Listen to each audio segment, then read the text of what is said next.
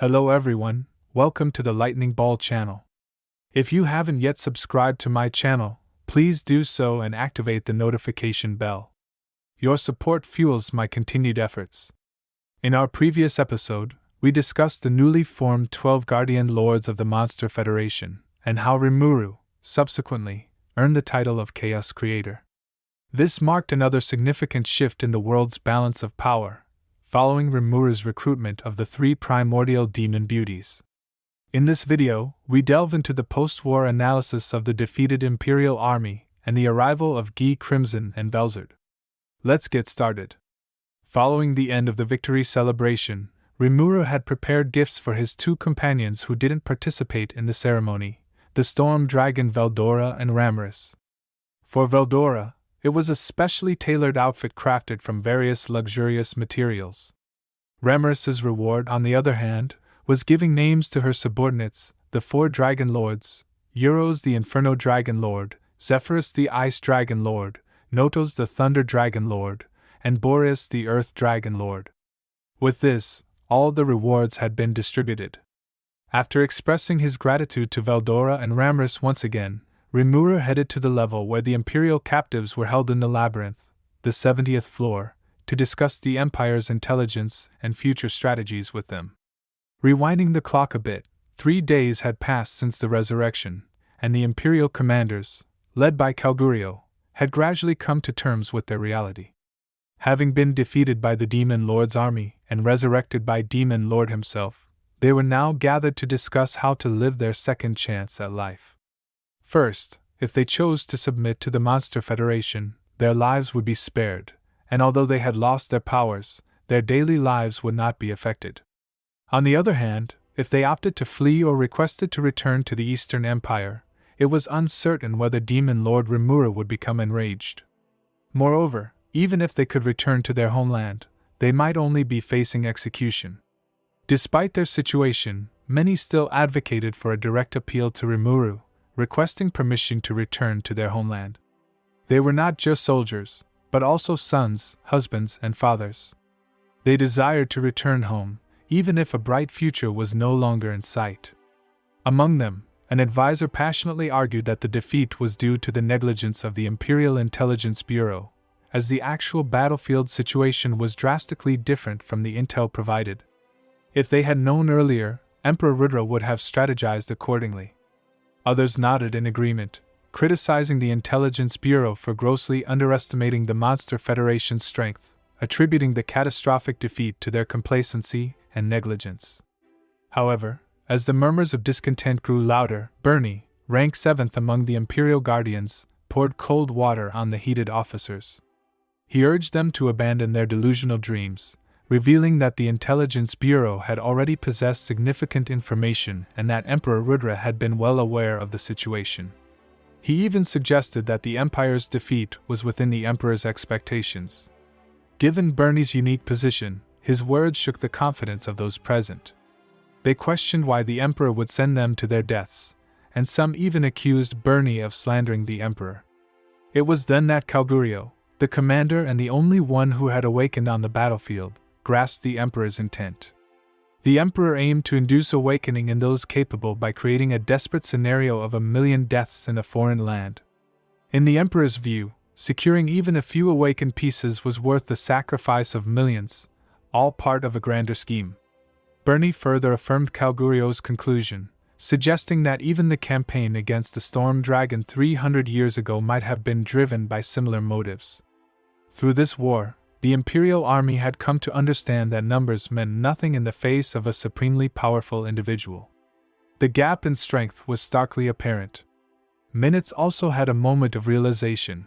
The entire strategy, hinging on sacrifices to trigger awakenings, had still ended in a dismal defeat that even Emperor Rudra likely hadn't anticipated it.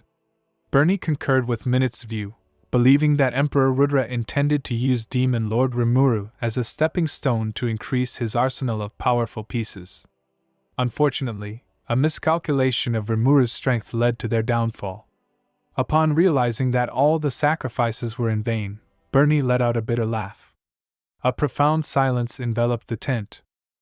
If the Emperor's goal was indeed such, then their future path probably couldn't involve returning to the Empire. As defeated warriors stripped of their power, those who couldn't awaken held no value to the Emperor, meaning it was unlikely that the Empire's upper echelons would spend resources to ransom these prisoners. Delving deeper into speculation, the situation could be even worse. If the surviving soldiers returned home, anti-war sentiments among the populace could spread, directly opposing the Emperor's intent for continued warfare. This meant the Intelligence Bureau would likely eliminate anyone attempting to return and pin the blame on the Monster Federation.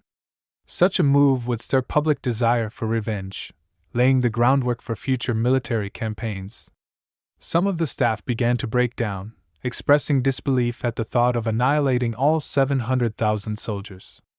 Even with a reduction in strength, engaging in battle would inevitably lead to civil war within the Empire, and it would be impossible to completely conceal the disappearance of such a vast number of people.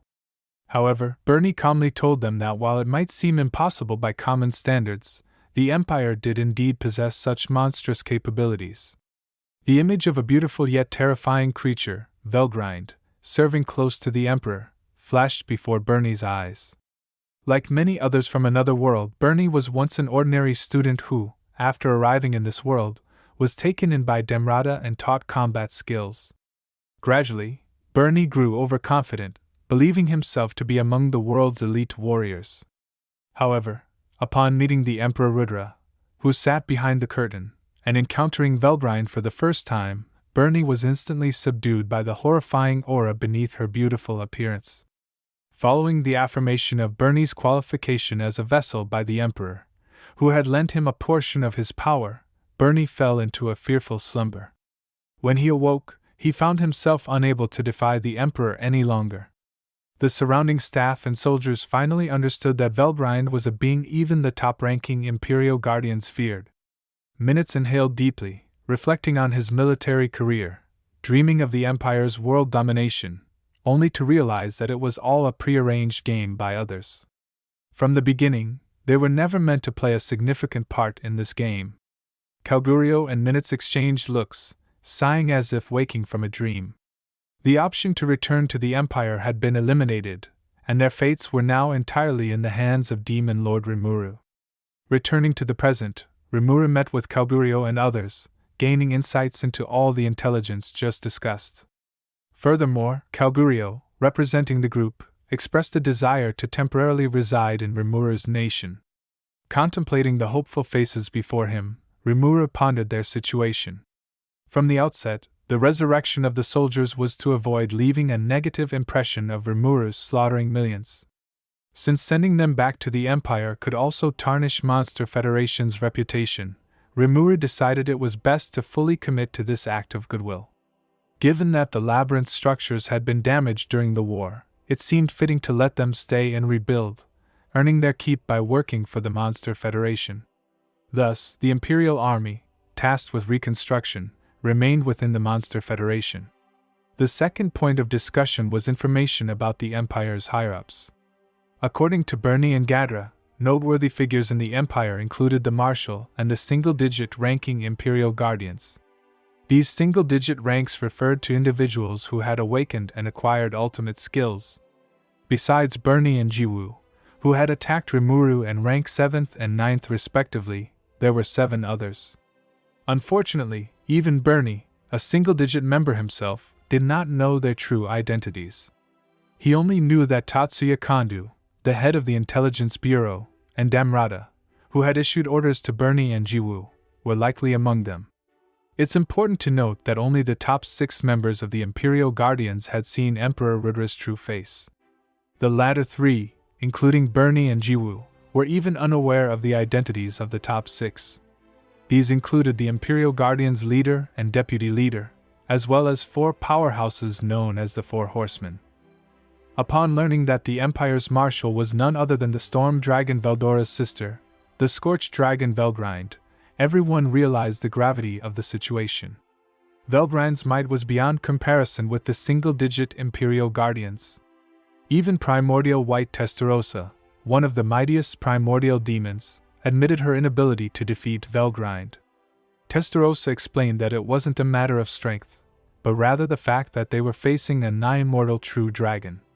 According to TenSura, even for formidable Guy Crimson, true dragons might not pose a threat, but annihilating a true dragon was likely an impossibility as well.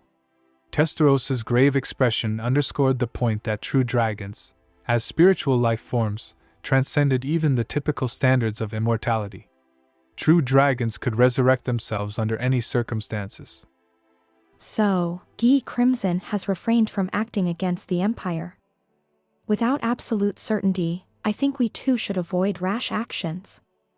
Any aggressive move might provoke Velgrind, and deploying our troops could lead to their total annihilation. After considering TenSura's advice, Rimuru sighed in contemplation. Calmly pondering the situation, Rimuru suggested using a true dragon to combat another true dragon. Facing Velgrind, no one among them could assure victory, hence proposing Veldora as the most viable option seemed logical. However, Rimuru rejected this idea, unwilling to put Veldora in danger unless absolutely necessary. Following Rimuru's guidance, Rimuru began to devise new strategies and agreed to relay this information to Yuki. As Rimuru lowered his head, deep in thought about the future strategies to adopt, Diablo, ever the problem individual, suddenly interjected. He suggested that since the situation seemed to involve Guy Crimson, he had taken the liberty of inviting Guy to join them for a discussion. Rimuru's head snapped up, fixing Diablo with a piercing gaze. Diablo appeared somewhat sheepish, seemingly proud of his initiative, unaware of the anxiety he had just sparked in Rimuru, who felt an almost irresistible urge to throttle him. Quickly wrapping up the meeting, Rimuru, along with Diablo, Rimuru, and Cheyenne, headed to the guest room to await Guy's arrival. Guy entered and brusquely seated himself, his mood seemingly sour. He bluntly remarked on Rimuru's audacity in summoning him. Accompanying Guy were 3 women, Primordial Green Misery and Primordial Blue Rain flanking him, and a beautiful, silver-haired girl, who took a seat beside Guy. I'm Velzard, also known as the Frost Dragon. The girl introduced herself with a refined smile. She was the elder sister of Velgrind and Veldora. Despite her youthful appearance, reminiscent of a high school girl, Rimuru couldn't help but sweat profusely upon meeting her.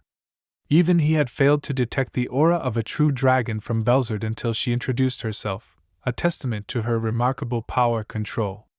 Rimuru hurriedly responded, introducing himself modestly as a demon lord and mentioning that it was he who had often been under the care of Velzard's brother, Veldora. For some reason, as these words left his mouth, even the Lord of Wisdom fell silent. Upon hearing Rimuru's modest words, Velzard chuckled playfully. Oh, you're quite humble, aren't you? There's no need to be so protective of that child, she said, lightening the initially tense atmosphere. After introductions were exchanged amongst everyone present, the meeting shifted to more pressing matters. Rimuru explained that after successfully repelling the Empire's invasion, there were plans to launch a counterattack. However, Rimuru's side had learned about the presence of the Scorched Dragon in the Empire. Moreover, after collating various pieces of information, it seemed there was some connection or past grievance between Guy and the Emperor Rudra. Guy, upon hearing Rimuru's summary, displayed a cunning smile, seemingly pleased. Rimuru then asked about Guy's intentions, especially considering his previous mention of a game.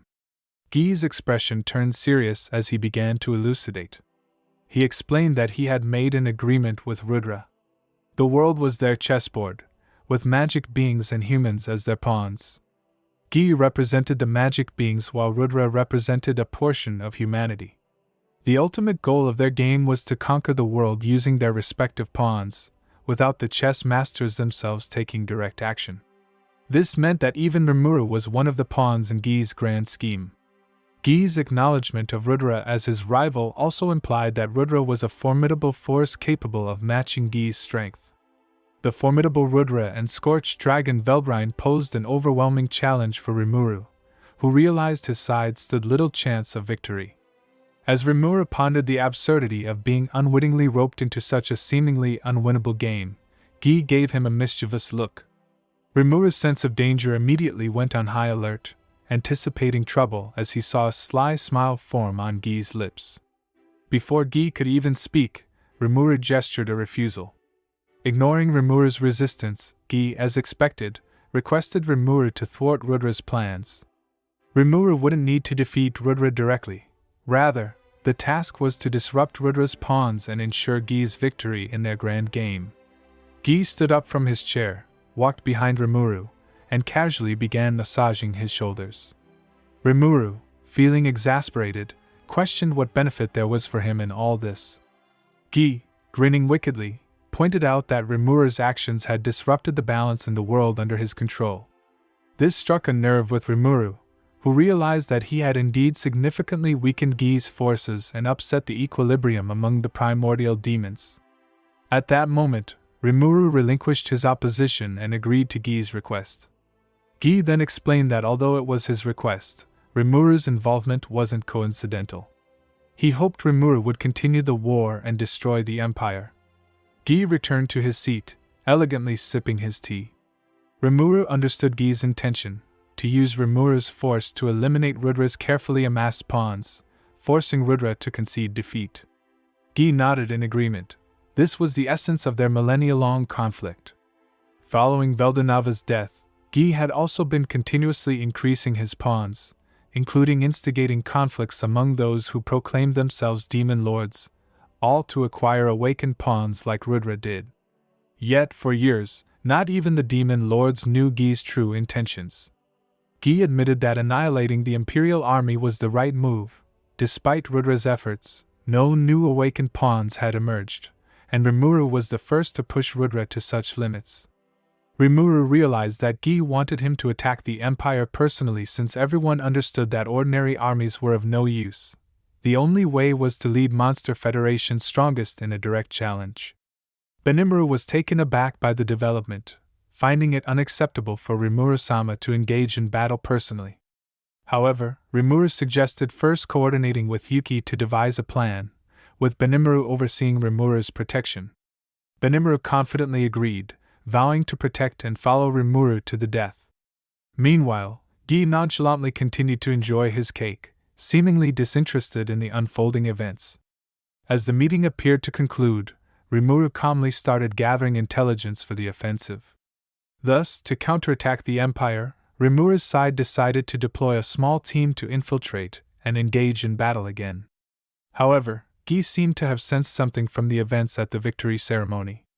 Frost Dragon Velzard also expressed a desire to speak with her brother, Veldora. The turmoil continued unabated. Alright, that's all for this video. In the next episode, we'll delve into the tragic childhood of Storm Dragon Veldora, simply because of his two sisters, as well as the intriguing story of how the Lord of Wisdom cunningly deceived the strongest demon Lord Guy. The next episode promises to be extremely captivating. If you enjoyed this video, please like, comment, and subscribe. Your support is greatly appreciated. See you in the next one.